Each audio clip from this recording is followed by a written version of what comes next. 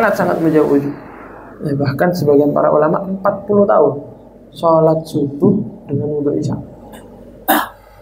Ada sebagian para ulama bertahun-tahun sholat isya di wudhu subuh, sholat isyanya pakai wudhu subuh, 1 kali wudhu. Ihtimaman alat tahar, sangat memperhatikan dalam keadaan bersuci. Sebab pernah salah satu para nabi dikatakan oleh Allah Subhanahu wa taala, kalau kamu dalam keadaan tidak berwudu, tidak suci, dan kamu di situ meninggal, jangan pernah salahkan kecuali dirimu sendiri, dan kemudian takutnya meninggal tersebut dalam keadaan su'ul khatimah. Waliyadzubillah minhu.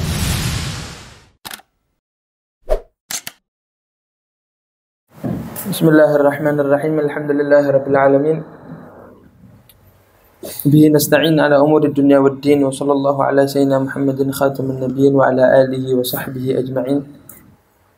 Qala rabbi shrah li sadri wa yassir li amri wahlul 'uqdatam min lisani yafqahu qawli. Amin. Amma ba'd. Alhamdulillah, kenikmatan yang telah Allah berikan kepada kita semua telah mengumpulkan kita di rumah yang insya Allah dipenuhi dengan barakah, yang insya Allah dipenuhi dengan rahmat Allah Subhanahu wa ta'ala. Karena tak tempat satupun alladhi yudhkaru fiha ismun nabi wa ismullah, alladhi yudhkaru fiha qissatun nabi wa tarajimun nabi, tidak ada rumah atau tempat manapun yang di situ disebutkan nama Nabi Muhammad, nama Allah Subhanahu wa ta'ala, terjemah Nabi Muhammad, cerita Nabi Muhammad, kecuali di rumah itu diturunkan oleh Allah rahmat Allah Subhanahu wa ta'ala. Semoga rahmat Allah Subhanahu wa ta'ala terkena kepada kita semua. Mudah-mudahan berkat rahmat tersebut Allah Subhanahu wa ta'ala mengampuni daripada dosa-dosa kita. Khususnya kita berada di Ashratul Hijjah, berada di awal-awal bulan Dzulhijjah, yang dimana Allah Subhanahu wa ta'ala bersumpah kepada malam tersebut, walayalil ashar wal fajri walayalil ashar. Allah Subhanahu wa ta'ala tidak akan bersumpah kepada sesuatu yang remeh, tidak mungkin. Contoh kita aja bersumpah wallahi. Kenapa kita bersumpah pakai lafaz Allah? Karena tidak ada yang lebih mulia, yang di atas segala-galanya menurut kita masing-masing kecuali lafaz Allah. Makanya kita berani sumpah pakai lafaz Allah. Karena lafaz Allah, lafaz Rasulullah dan yang lainnya atau yang semisalnya itu bagi kita adalah lafaz yang sangat mulia. Allah Subhanahu wa ta'ala bersumpah demi malam 10. Kata para mufassir, tafsirkan bahwasanya yang dimaksud walayalil ashar adalah 10 Dzulhijjah. Makanya banyak hadis-hadis itu tentang malam-malam, keutamaan malam mana 10 daripada Dzulhijjah. Bahkan dikatakan man shama fihi, barang siapa yang berpuasa hanya berpuasa tanggal 9 Dzulhijjah. Nanti hari Arafah. Kalau mungkin insyaallah hari Rabu, insyaallah. Hari Rabu insyaallah tanggal 9 Dzulhijjah. Man shama fiha, barang siapa yang berpuasa di tanggal Arafah atau di hari Arafah, kata Nabi Muhammad SAW, dihapuskan dosa 2 tahun. 2 tahun dosanya dihapuskan. Barang siapa yang berpuasa di selain hari-hari itu, di Asyura, hari Senin kemarin, dari hari Selasa, hari Selasa, Rabu, Kamis, Jumat sampai sekarang, puasa 1 hari di 10 Dzulhijjah itu setara 30 hari di luar Dzulhijjah. Sebagian riwayat mengatakan seperti itu. Sebagian riwayat mengatakan hadis-hadis yang lain. Intinya fadail di bulan Dzulhijjah sangatlah banyak. Kalau bisa berpuasa dari mulai awal Dzulhijjah sampai tanggal 9, jangan tanggal 10 tidak boleh ya. Tanggal 10 haram puasa. Tanggal 9. Oh, tidak bisa. Ada kerjaan, syughul, sibuk dan lain sebagainya. Paling sedikitnya puasa tanggal 9.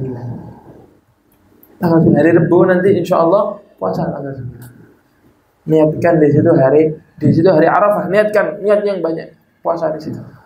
Kalau bisa Selasa. Sebelumnya itu dinamakan Yaumut Tarwiyah. Puasa di situ. Yaumut Tarwiyah, Yaum Arafah puasa. Sunnah puasa di situ.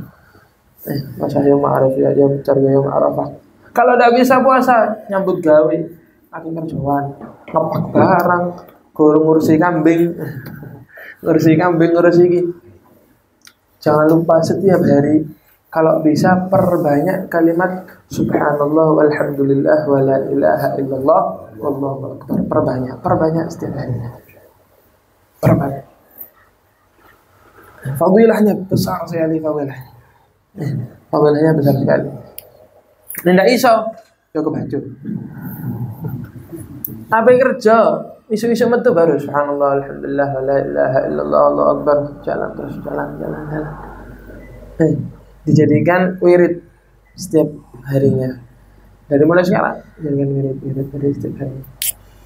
Insyaallah fadail yang telah dijanjikan oleh Allah dan Rasulnya di bulan ini kita didapatkan oleh Allah Subhanahu wa taala. Amin Allahumma amin. Seperti biasa insyaallah kita akan sedikit membahas kajian fikih. Yang dimana pada pertemuan sebelumnya kita sudah membahas daripada fardu-fardunya wudu. Dikatakan fardu-fardunya wudu ada berapa? Ada 6 ya. Yang pertama niat, basuh daripada muka, basuh tangan, ngusap kepala atau rambut, basuh kaki. Yang terakhir at-tartib.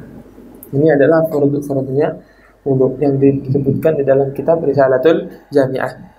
Oh berarti ada di kitab lain yang lebih banyak dari 6? Enggak, kitab Diwai tetap 6. Dimanapun kitabnya, apapun gurunya ya, kalau gurunya lurus kena 6 fardunya. Menurut mazhab Imam Syafi'i. Menurut mazhab Imam Syafi'i radhiyallahu taala anhu wa radha. Jadi kalau ada guru lain yang mengatakan lebih ya wallahu a'lam.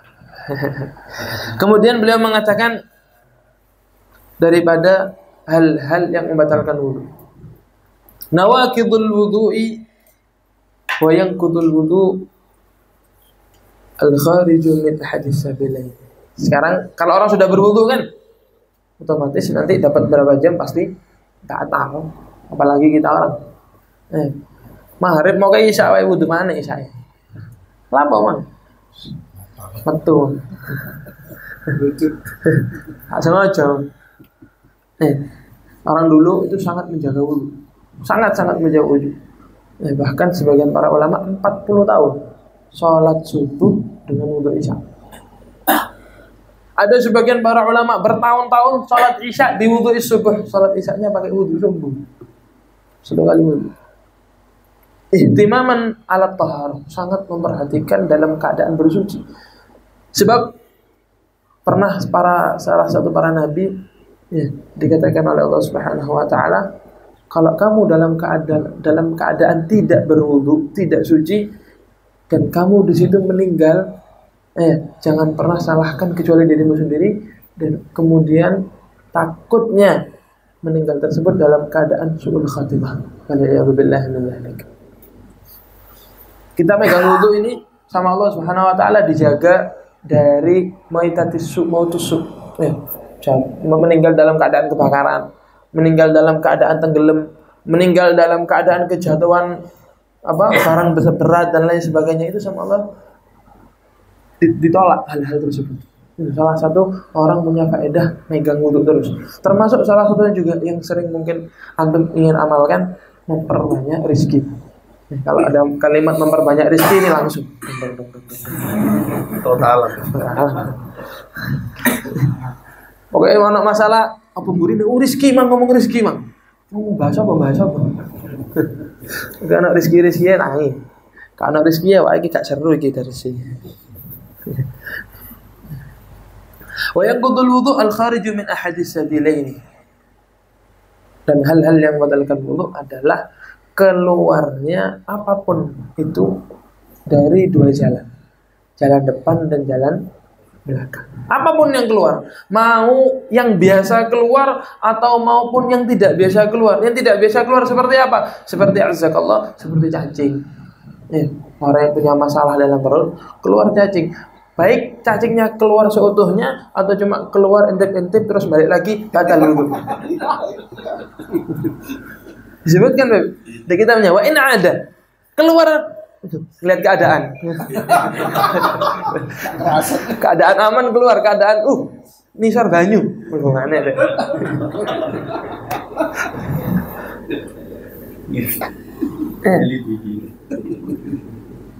Ataupun yang jarang keluarnya. Apa yang jarang? Keluar darah waliyadzubillah dari kemaluan depan. Keluar berupa apapun.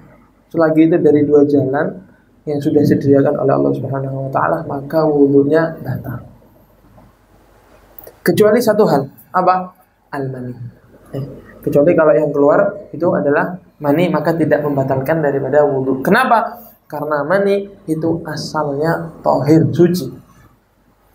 Dan sesuatu yang suci tidak bisa membatalkan wudu. Mani tidak membatalkan wudu. Tidak batal wudu, tapi tetap mandi wajib. Faedahnya apa, Beb? Hah? Kalau sembahyang tetap, ya enggak?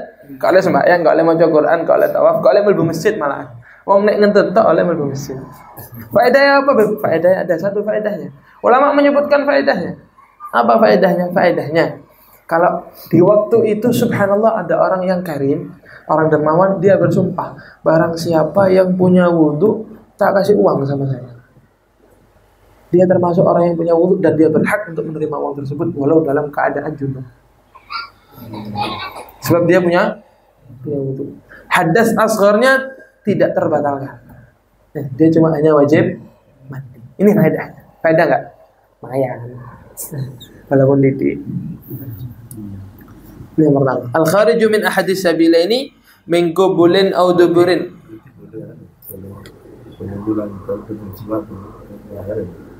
Masalatul jima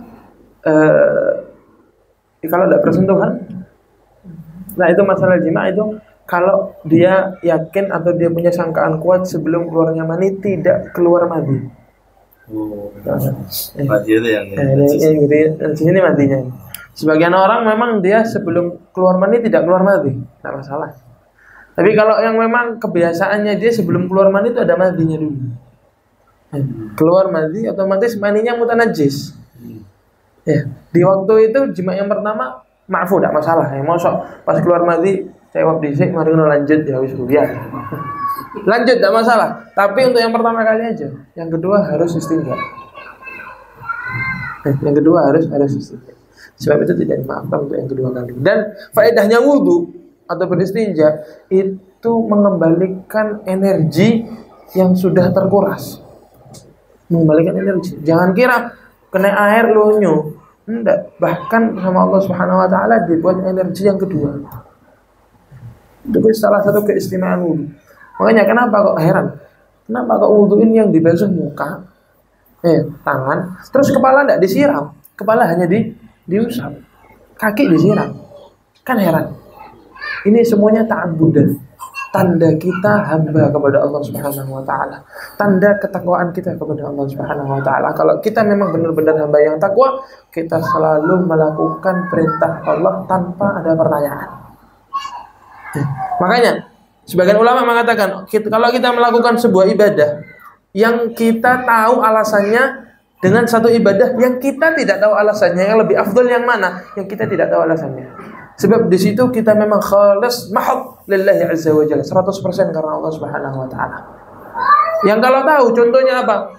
Kata guru anak, kalau baca surat Waqiah habis asar itu dapat duit. Dibaca cuma karena dapat uang. Bukan karena imtithalan li amri syekh. Bukan karena imtithalan li amri mudarris. Bukan karena patut sama perintah guru, karena ada niat. Tapi kalau diperintahkan tanpa dikasih tahu alasannya, setiap sore baca Waqiah, setiap habis fajar atau sebelum subuh baca surat Thaha, setiap ini baca surat ini, baca surat ini, baca zikir ini, faedahnya apa? Baca wae. Imtithalan li amr, ini pahalanya lebih besar. Begitu juga kita sama Allah Subhanahu wa taala.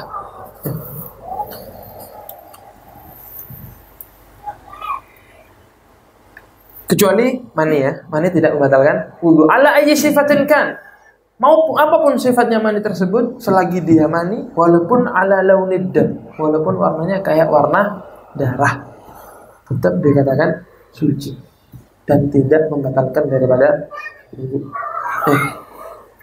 Ini yang pertama. Yang kedua, ada juga orang yang kena penyakit ambeien.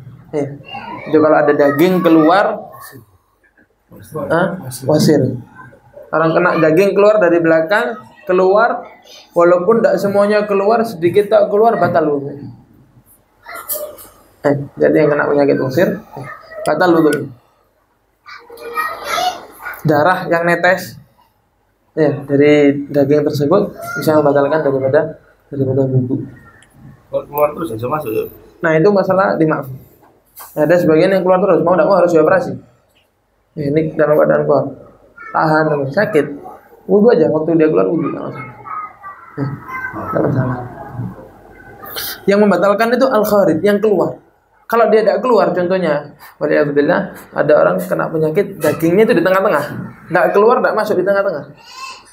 Dimasukkan tidak bisa, dikeluarkan tidak bisa. Di waktu itu dia wudu, batal wudunya, tidak batal.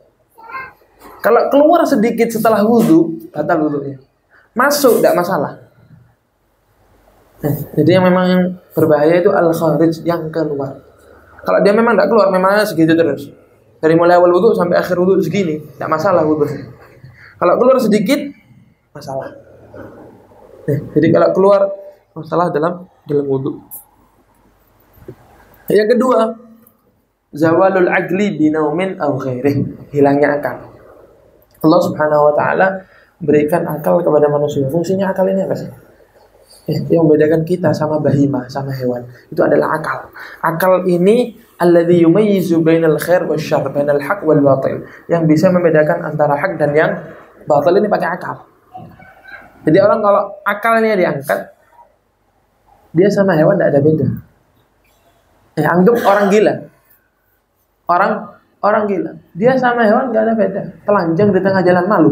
Enggak. Hewan telanjang di tengah jalan malu? Enggak.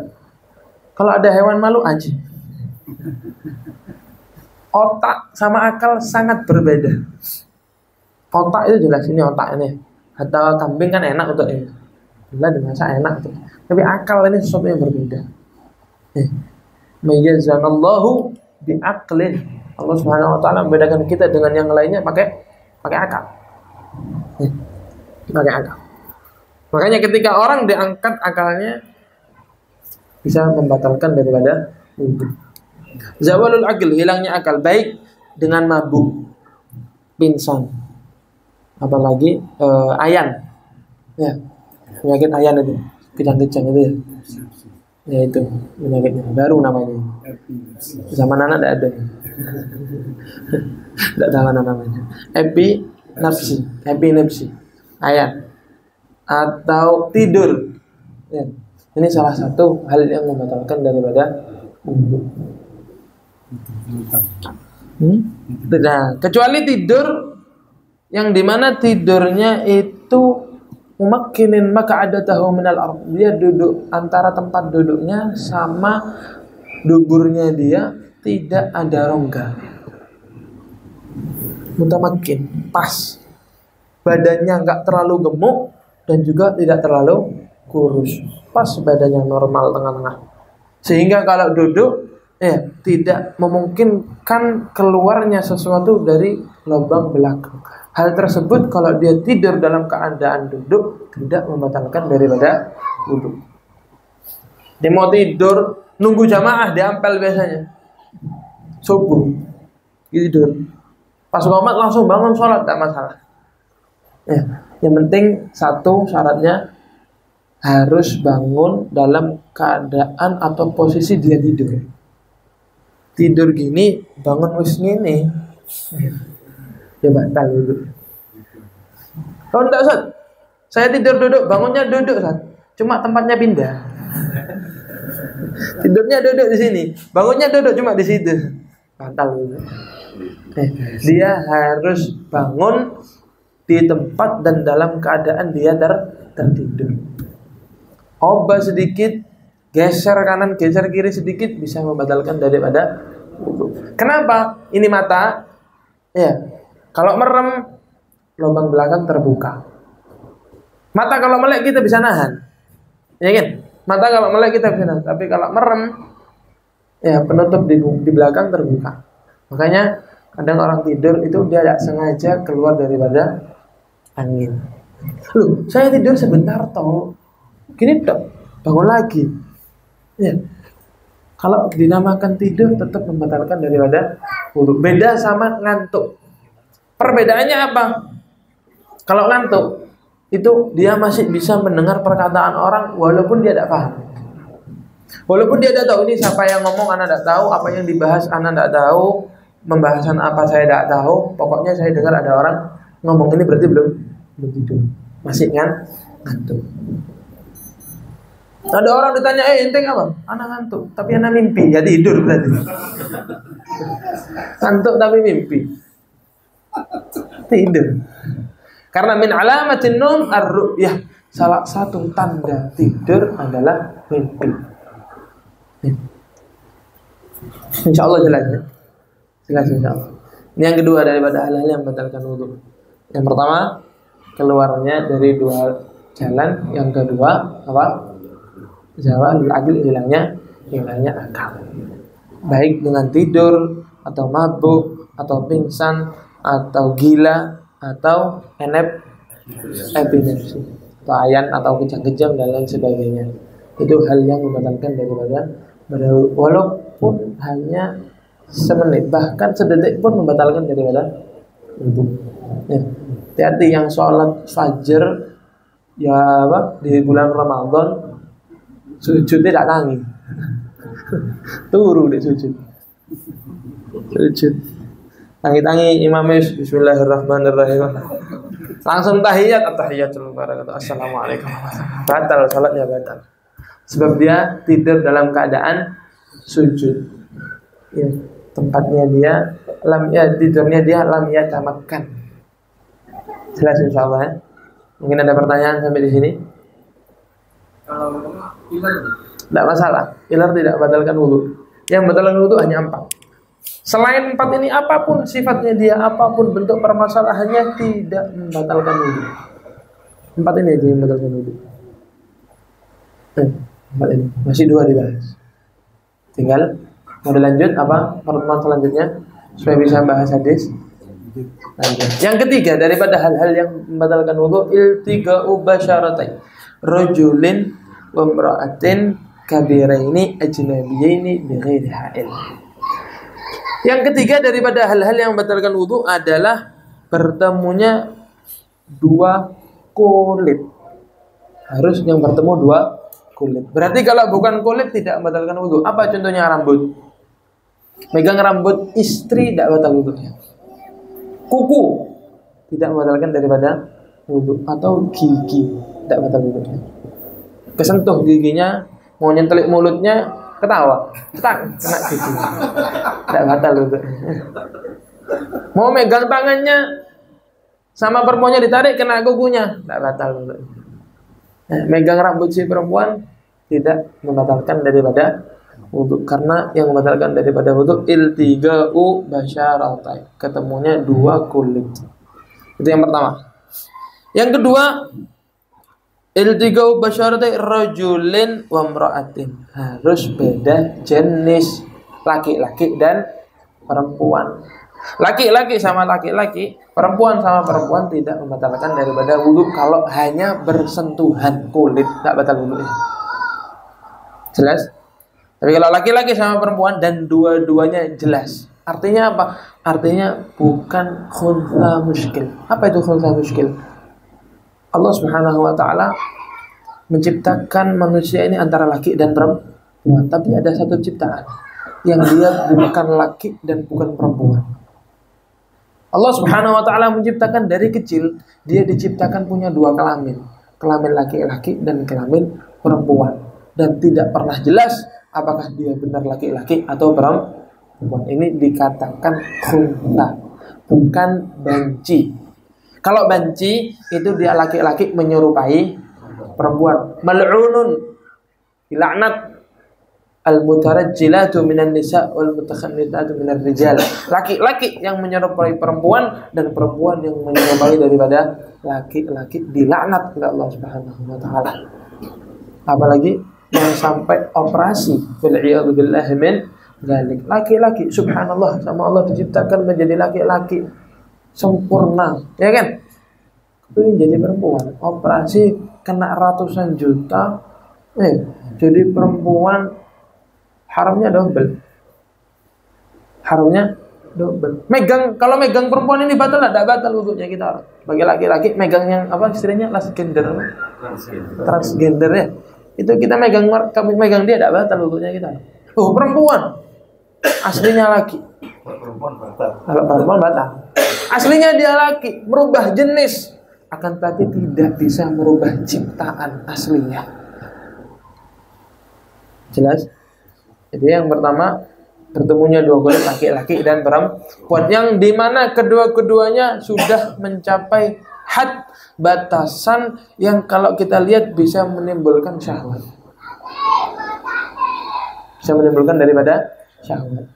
Kalau kecil, masih kecil umur 4 tahun, 5 tahun kita suka, itu namanya gemes, lucu, bukan karena syahwat. Tapi kalau umur 16 tahun, 17 tahun kita suka, itu bukan lucu. Nafsu. Itu nafsu, tak ditandangi. Jadi kalau ada laki-laki megang perempuan yang umurnya 14-13 tahun yang memang yustaha tab'an, bisa dibuat syahwat secara tabiat yang sehat ya. Kita nggak berbahas orang yang tabiatnya tidak sehat. Ada orang yang memang terlalu syahwatnya sehingga ketika melihat foto aja, tato gambar perempuan dia syahwat. Ini kita tidak lihat orang seperti itu. Kita lihat orang yang memang tidak punya syahwat sama sekali, kita tidak pernah lihat orang seperti itu. Kita hanya melihat orang yang punya syahwat yang normal. Umur berapa dia melihat perempuan yang sekiranya dia syahwat, maka perempuan ini bisa membatalkan daripada wudu. Walaupun belum balik. Insyaallah jelas ya. Kabirah ini syarat yang ketiga. Ajnabiyah ini syarat yang keempat, harus tidak ada hubungan mahram. Yang mahram hanya 7. Yang pertama ibu kita. Ibu ini ke atas ya, ibu, nenek, ibunya nenek, neneknya nenek terus ke atas. Saudari kita, saudarinya ibu, saudarinya ayah, anak perempuan kita, ponakan perempuan dari saudara laki-laki, dan ponakan perempuan dari saudara perempuan. Hanya 7 yang mahram sama kita. Selainnya tidak mahram. Sepupu tidak mahram. Istrinya paman tidak mahram. Istrinya kakak atau adik pun juga tidak mahram. Jadi tidak boleh goncengan sepeda motoran sama sepupu. Kenapa nanti? Benak Mr. DIY. Ayo aku sak dalan. Bismillah. Itu bismillah. Haramnya double. Karena pakai bismillah haram, karena gonceng perempuan yang bukan mahram haram. Gonceng istrinya saudara, gonceng sepupu, gonceng ponakan sepupu tidak boleh. Batal wudunya, kena haram juga. Kecuali kalau memang ada hubungan susuan, beda lagi. Atau ada hubungan musaharah, periparan. Karena memang orang itu mahram itu ada 18 semuanya. 7 dari nasab, 7 dari susuan, 4 dari sebab pernikahan. Siapa aja 4 ini? Yang pertama, mantu perempuan. Anak kita kawin sama perempuan. Perempuan ini mahram sama kita. Yang kedua, ayah kita kalau kawin lagi sama perempuan. Ibu tiri. Ini mahram sama kita. Yang ketiga, ibunya istri. Mertua. Ibunya istri. Ini mahram sama kita. Ummuz zaujah, sama yang terakhir bintuz zaujah. Kalau kita kawin sama janda, anaknya jadi mahram sama kita. Janda setarwan istilahnya. Ini anak 1 perempuan. Ini mahram sama kita. Hanya 4. Kalau karena sebab nikah, yang jadi mahram hanya 4. Selain itu, siapa? Ayah kita kawin sama janda. Janda ini punya anak. Mahram enggak sama kita anaknya? Yang kawin ayah kita. Anaknya sama kita enggak mahram. Anak angkat enggak mahram. Nah, anak angkat juga nggak mahram. Hati-hati. Insya Allah jelas ya. Ini 18 mahram yang ketika bersentuhan tidak membatalkan daripada wudhu. Selain 18 batal wudhunya. Sama istri batal, sebab istri diperbolehkan dikawinkan karena dia bukan mahram. Maka yang menyentuh istri juga batal. Yang terakhir, min ghairi hail, tidak boleh ada penghalang. Kalau megangnya kan harus ketemu kulit sama kulit. Tapi kalau ada penghalangnya, nggak masalah. Baik itu kain atau sapu tangan tipis atau tebal, selagi masih ada penghalang nggak masalah. Ustadz, saya megangnya pakai penghalang. Gini tapi megangnya. Yang satu pakai penghalang, yang satu enggak. Ya batal, cak. Masa wudhunya separuh batal, separuh enggak? Tetap batal wudhunya. Yang terakhir daripada hal-hal yang membatalkan wudhu, massuku bulil adami, memegang kemaluan depan dan belakang anak Adam, baik dia sendiri yang megang atau orang lain. Anak bayi tetap batal wudhunya. Seorang ibu membersihkan daripada tempat kotoran anak bayi, diistinjain anak bayi, wudhunya batal. Wudhunya batal. Dia megang punyanya dia sendiri juga batal. Mau laki-laki sama laki-laki, perempuan sama perempuan, laki-perempuan, dua-duanya batal. Tapi batalnya itu jika megangnya pakai batin tangan dan batin daripada jari jemari. Dan megangnya gini batal. Binatang enggak ya? Nah, binatang. Massuku bulil adami aw halaqati duburihi bi batnir rahati, dengan batin daripada telapak tangan au butunil asabi'. Walaupun enggak ada terputus. Misalkan sudah dimutilasi tangannya. Tapi ada itunya. Oh, kemaluannya. Nah, itu nanti ada perbedaan khilaf antara para ulama. Sebagian mengatakan batal, sebagian mengatakan tidak batal. Sama kayak waliyadzubillah, ada orang kecelakaan perempuan. Kita tolong, tangannya ada yang terpisah. Diambil tangannya. Dibawa ke rumah sakit. Batal enggak wudhunya? Itu ada perbedaan pendapat daripada ulama. Ada yang mengatakan batal, ada yang tidak mengatakan batal. Ada yang mengatakan kalau itu tidak jelas, karena memang karena saking kerasnya kecelakaan sehingga ini daging tidak jelas. Apakah ini daging perempuan atau laki-laki? Tidak jelas. Kita bawa apakah batal wudhu apa tidak? Itu ada perbedaan daripada ulama. Ada yang mengatakan batal, ada yang tidak. Kalau kita bingung, kita ragu, kita syak, kita batalkan wudhu kita supaya kita sholatnya pakai wudhu biyakin. Pakai wudhu biyakin. Kalau mau pembahasannya lebih jelas, insya Allah di kitab fikih semua dijelaskan. Di kitab fikih semuanya dijelaskan. Tidak mungkin Nabi Muhammad SAW meninggalkan pertanyaan yang tidak dijawab. Tidak mungkin. Semuanya sudah dijawab. Cuma kitanya aja yang kurang mutalaah, kitanya aja yang kurang murajaah, yang kurang ilmu, sehingga banyak permasalahan yang kita nggak tahu. Jadi yang terakhir tadi ada 4 yang batalkan wudhu. Yang pertama keluarnya dari 2 jalan, yang kedua hilangnya akal, yang ketiga bersentuhnya 2 kulit antar 2 jenis yang berbeda dengan syarat-syaratnya, yang terakhir yang keempat massuku bulil adami, memegang daripada kemaluan anak Adam dengan batin tangan atau telapak tangan dan telapak daripada jari jemari. Jadi kalau megangnya begini tidak batal wudhunya. Ini kemaluan dipegang seperti ini tidak batal wudhunya. Kubul buat dubur. Kubul buat dubur. Dipegang seperti ini pun tidak batal karena bukan pakai jari. Jadi kalau kencing dipegang gini aja, batal tidak wudhunya? Batal, kan kencing.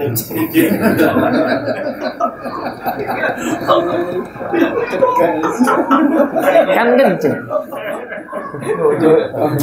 Masa enggak apa? Keluar nih. Jadi pegang gini enggak keluar enggak masalah. Kan kencing dipegang gini, batal enggak wudhunya? Batal. Oh, kata Ustaz dosa enggak batal, nganggur. Ya kencing, Bos.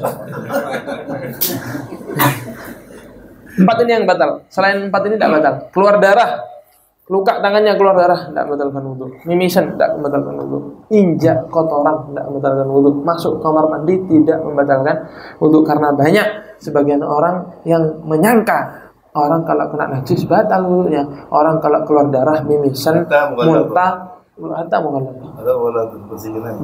wudhunya tidak batal. Nah, banyak orang berprasangka, oh keluar darah, muntah, batal wudunya, wudu, tidak masalah. Habis nginjak najis atau kena najis, ya tidak batal wudunya. Cuma dibersihkan tempat najisnya, kemudian boleh langsung sholat. Akan tetapi sunnah bagi dia untuk wudu kembali. Tidak wajib. Yang mewajibkan wudu hanya 4, tidak lebih. Ya harus ditambahin mana? Iki 4 iki soro. Nek kan nanti tambahin mana? Soro. Mungkin ada pertanyaan tentang fikih? Kalau bersentuhan dengan orang kafir, Tetap batal wudu. Tidak ada perbedaan antara kafir, muslim, lebih laki-laki sama laki-laki bersentuhan dalam kondisi wudu. Oh, laki-laki muslim sama laki-laki kafir bersentuhan. Tidak masalah. Laki-laki sama laki-laki tidak masalah. Cuma 4 ini tidak usah bingung. 4 ini dihafalkan. Ada pertanyaan lain? Sekilas. Susuan itu maksudnya beda-beda bapak. Saudara sesusuan otomatis beda bapak beda ibu. Cuma ketika dia bayi pernah disusuin oleh ibu kita. Contoh, ketika bayi, kita bayi, ada satu anak bayi orang lain, orang kampung sebelah, nitip anaknya kepada kita karena waktu itu mungkin ada wabah atau musibah atau kedua orang tuanya meninggal dunia karena sebab kecelakaan meninggalkan anak bayi. Dititipkan kepada ibu kita waktu masih bayi, masih bayi, sebelum umur 2 tahun, harus di bawah 2 tahun. Disusuin sama ibu kita sampai 5 kali lebih. Khamsa rabaat, Syaratnya 5 kali. iya, syaratnya harus 5 kali lebih. Minimal itu 5 kali. Khamsa rabaat mutafarriqat, 5 kali susuan yang memang beda-beda. Nanti besarnya mahram sama kita, tapi mahram saudara sesusu. Tak boleh dinikah. Haram dinikah. Paham insyaallah ya. Nanti anak ini sama ibu kita mahram. Anak ini sama kita mahram. Anak ini sama abah kita mahram. Nah, kalau dia perempuan sama abahnya mahram. Kalau dia laki-laki sama ibu kita mahram. Sama saudaranya apa? Sama saudaranya apa semuanya mahram. Jadi kayak saudara biasa ya? Sama mahram minal radha ka mahram minan nasab. Coba ada berwaris gitu. Ada. Yang buat beda, kita nggak mahram sama ibu aslinya dia. Ibunya dia, kita nggak mahram. Paham ya? Iya. Kita kan sama dia, kita sama dia satu pabrik. Pabriknya satu. Kecuali kalau tuker-tukeran pabrik. Misalnya kalau ada ibu kawin 2 kali.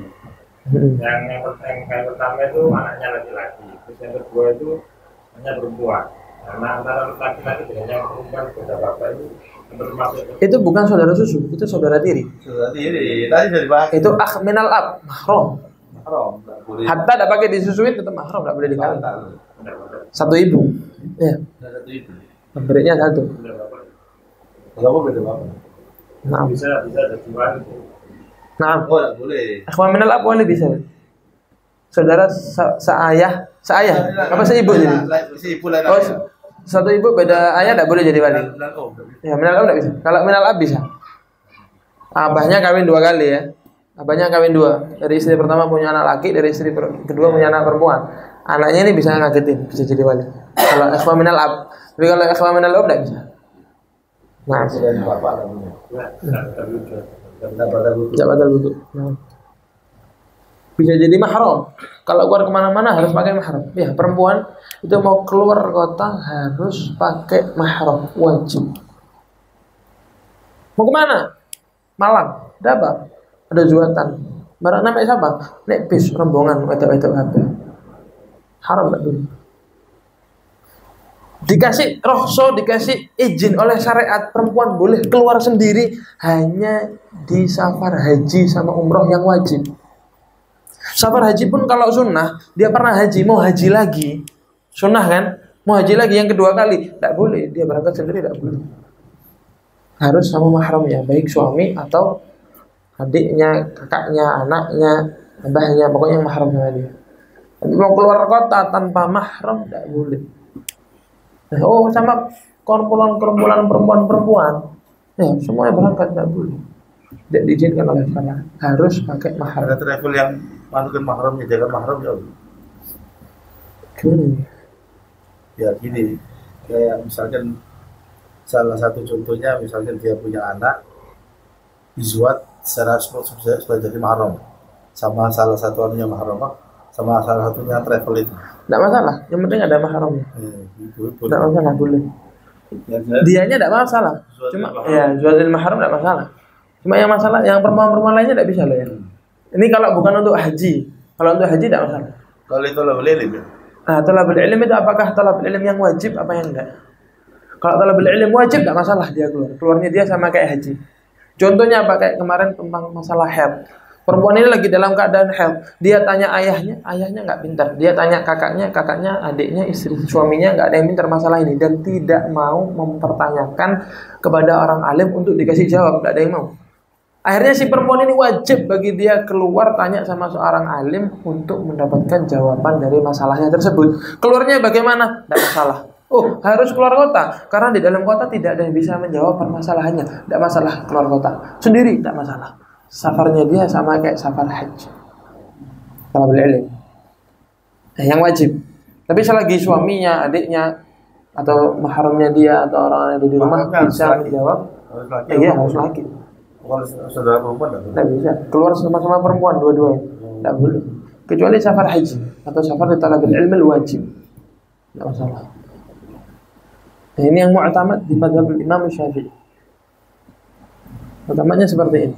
Mau berangkat umrah wajib, tidak masalah. Berangkat sendiri atau pakai rombongan perempuan tidak masalah. Jadi kalau safar selain itu mau kemana? Mau ke Jakarta. Ada apa? Ada penyanyi datang. Argentina kemarin. Ada juatan. Safar perempuan top. Tidak boleh. Tidak diizinkan oleh syariat. Kecuali di talibul ilm yang wajib atau haji atau umrah yang wajib tidak masalah dia berangkat. Lebih umrah awalnya wajib. Tapi umrah yang kedua, yang ketiga kan jadi sunnah. Illa idza nadzara, kecuali dia nazarkan. Jadi wajib. Tapi kan aslinya tidak wajib. Aslinya yang umrah yang kedua ya. Umrah yang kedua, yang ketiga dan seterusnya itu tidak wajib. Sunnah. Kecuali kalau dia nazarkan. Mungkin ada pertanyaan? Tadi yang kita tadi kan nggak kalau itu. Kalau misalkan pada saat kita berjumpa terus tidur, terus keluarga itu Tidurnya duduk, iya gitu. tidak masalah. Yang penting tempat duduknya dia sama apa duburnya dia mutamakkin. Tidak ada masalah. Air liur tidak batalan wudhu. Air liur apakah najis apa enggak? Air liur itu apakah najis apa enggak? Sekiranya kepalanya lebih terangkat daripada perutnya, air liur itu suci. Kecuali kalau tidurnya dia kebalik, kepalanya di bawah, perutnya di atas. Atau ada yang orang yang kepalanya gantung gitu, kepalanya gantung. Ya, mungkin karena capek atau apa kepalanya tidur gini, cuma kepalanya agak gantung, ngiler. Itu bisa jadi najis. Sebab dia keluarnya dari maidah, dari perut. Keluar dari perut itu najis. Makanya muntah itu najis karena dia dari dalam. Liur kalau ketika duduk gini itu bukan dari dalam, dari mulut. Liur yang di mulut tahir suci, tidak masalah. Ya, kecuali kalau tidurnya di salat Jumat tadi baduke itu gini. Otomatis terangkat sing buri masteng. Batal itu. Itu sebetulnya kalau di dalam kota ziarah bagi perempuan itu tidak disunahkan. Hanya mubah, bahkan kalau khauful fitnah bisa jadi haram. Keluar kota keliling. Kalau keluar kota itu yang tidak dibolehkan. Masalah keluar kota keliling. Mana? Nah, jare wali sok. Sak bis. Wedok kabeh. Yang paling banyak hari Bang. Jadi di Sana saya kerja lagi golek duit, syukur untuk duit metu wedok. Biar. Insyaallah Rabbi yahfaz hadzal bilad, insyaallah menjaga bilad ya. Perempuan-perempuannya dikasih hidayah, dikasih taufik. Supaya apa? Karena tiang baik ndaknya negara itu tergantung perempuannya. Coba kita bayangkan semua perempuan yang ada di Surabaya, kita bayangkan. Masya Allah, keluar ndak pakai buka aurat, tutupan semua. Ada ndak laki-laki yang ingin berpikiran kotor? Wa idza salahatil mar'ah salahatil bilad kullah. Wa idza fasadatil mar'ah fasadatil bilad. Kalau perempuannya baik, benar, negara itu atau kota itu benar. Tapi kalau perempuannya rusak, negaranya juga atau kotanya rusak. Jadi ada sebagian para ulama yang menjadikan itu sebagai patokan. Kalau ingin pindah tempat, lihat daerahnya, perempuannya gimana. Perempuannya oh baik-baik, berarti tempatnya baik. Perempuannya edan. Kalau keluar majlisan pakai jilbab, tapi waktu nyapu depan rumah pakai rok, tetap haram. Buka aurat haram. Ada yang kudungnya segini dah, separuh. Ke depan tak pakai kudung, ke belakang pakai kudung. Haram. Kasyful aurat haram. Allah Ta'ala alam. Kepada ada yang mau bertanya lagi mungkin tentang VG. Soalnya VG ini sangat penting ya. Sangat penting.